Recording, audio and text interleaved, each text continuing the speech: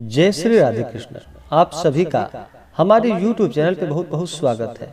आइए सुनते हैं कार्तिक मास महात्म्य चौथे अध्याय की कथा। हिंदू धर्म में कार्तिक महीने का बड़ा ही विशेष महत्व माना गया है। कार्तिक के महीने में गंगा स्नान करना, दान करना, भगवान श्री हरि विष्णु का पूजन करना, तुलसी माता का पूजन करना, दीप दान करना, यह सब बड़ा ही पुण्य फलदायक माना गया है। अगर आपने अब तक पिछले अध्याय की कथा को नहीं सुना हो तो आप चाहें तो हमारे चैनल पे प्लेलिस्ट बनाया गया है कार्तिक मास महात्म्य कथा के नाम से, आप वहां से भी कथा को श्रवण कर सकते हैं। तो आइए सुनते हैं कार्तिक मास महात्म्य चौथे अध्याय की कथा। तो बोलिए प्रेम से भगवान विष्णु की जय, माता लक्ष्मी की जय, तुलसी माता की जय, भगवान श्री कृष्ण की जय, सर्व देवी देवता की जय। नारद जी बोले कि ऐसा कहकर विष्णु भगवान मत्स्य रूप धारण कर विंध्यवासी कश्यप ऋषि की अंजलि में पहुंच गए।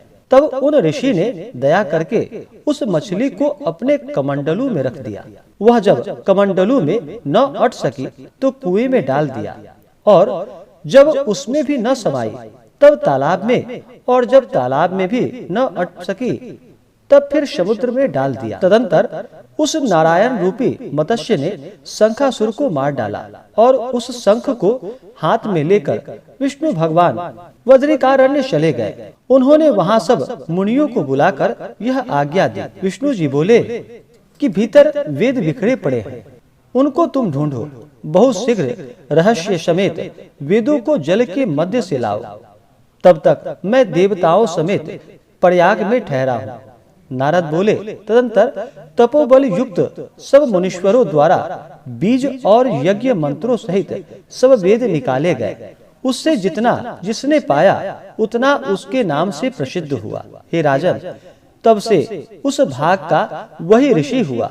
इसके बाद सब मुनीश्वर प्रयाग गए और पाए वेदों को विधाता सहित जो भगवान हैं उनको दिया।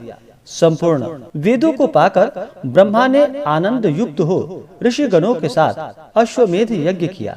यज्ञ के अंत में देवता, गंधर्व, यक्ष, सर्प और गुह्यक ये सब भूमि में दंडवत प्रणाम कर प्रार्थना करने लगे। देवता बोले कि हे देवो, कि देव स्वामी हमारी प्रार्थना सुनिए, यह हमारे आनंद का समय है, आप वर देने वाले हो। इस ब्रह्मा ने नष्ट हुए वेदों को इस स्थान में फिर से पाया है, और हे भगवान, हमने आपके प्रसाद से यज्ञ के भाग पाए हैं। इससे हे महाराज, आपके प्रसाद से यह स्थान अर्थात प्रयाग पृथ्वी में अति श्रेष्ठ पुण्य को बढ़ाने वाला और भूमि मुक्ति को देने वाला माना जाए।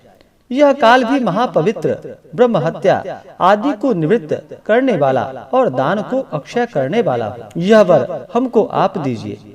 विष्णु भगवान बोले कि हे देवताओं, जो तुमने कहा है यह मुझे भी सम्मत है। तथास्तु, अर्थात मैंने तुमको वांछित वर दिया। ब्रह्म क्षेत्र के नाम से प्रसिद्ध यह स्थान सबको सुलभ होगा। सूर्य वंश में उत्पन्न राजा भागीरथ यहाँ गंगा लावेंगे। यह गंगा यहाँ सूर्य की कन्या कालिंदी अर्थात यमुना जी से संयोग को प्राप्त होंगी।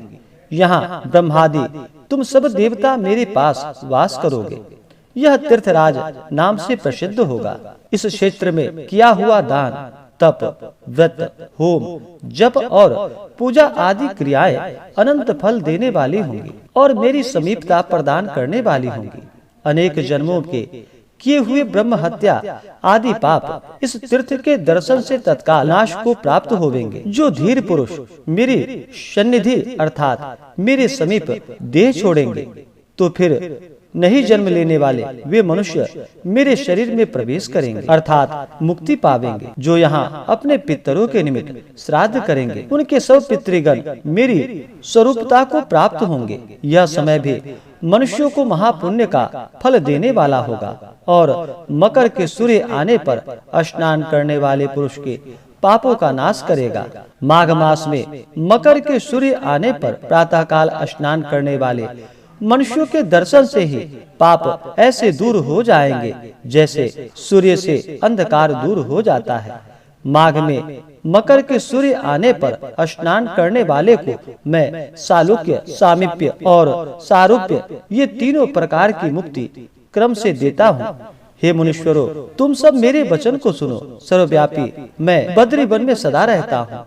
अन्य स्थानों में 100 वर्ष जप करने से जो फल प्राप्त होता है वह तुम्हें वहाँ एक दिन में सदा प्राप्त होगा। जो श्रेष्ठ उस स्थान का दर्शन करते हैं वे जीवन मुक्त हैं और कभी उनमें पाप नहीं रहता। सूत जी बोले, देवों के देव श्री भगवान देवताओं से ऐसा कहकर ब्रह्मा समेत वही अंतर्ध्यान हो गए और इंद्रादि सब देवता भी अपने अंशों से वहां स्थित होकर अंतर्ध्यान हो गए। जो उत्तम प्राणी शुद्ध चित्त हो इस कथा को सुनेगा या सुनावेगा वह तीर्थराज अर्थात प्रयाग और बद्री वन में जाने से जो फल मिलता है उसे पाएगा। इस प्रकार से कार्तिक मास महात्म्य में चौथे अध्याय की कथा पूर्ण हुई। तो बोलिए प्रेम से भगवान विष्णु की जय, माता लक्ष्मी की जय, तुलसी माता की जय, भगवान श्री कृष्ण की जय, सर्वदेवी देवता की जय। इसी प्रकार से जो भी भक्त सच्ची श्रद्धा के साथ, नियम और निष्ठा के साथ कार्तिक महात्म्य का कथा श्रवण करते हैं, कार्तिक के महीने में गंगा स्नान करते हैं, भगवान विष्णु, माता लक्ष्मी का, तुलसी माता का पूजन करते हैं, उनके सभी प्रकार के पाप और ताप नष्ट हो जाते हैं। इसी प्रकार से आगे के अध्याय को सुनने के लिए हमारे इस चैनल पे अगर आप नए हैं तो चैनल को लाल बटन दबा करके सब्सक्राइब करें, साथ में बेल आइकन घंटी को दबाएं ताकि मेरे वीडियो का नोटिफिकेशन आपको समय से मिलता रहे। वीडियो को लाइक करें, शेयर करें, सुखी रहे और स्वस्थ रहे। जय श्री राधे कृष्ण। धन्यवाद।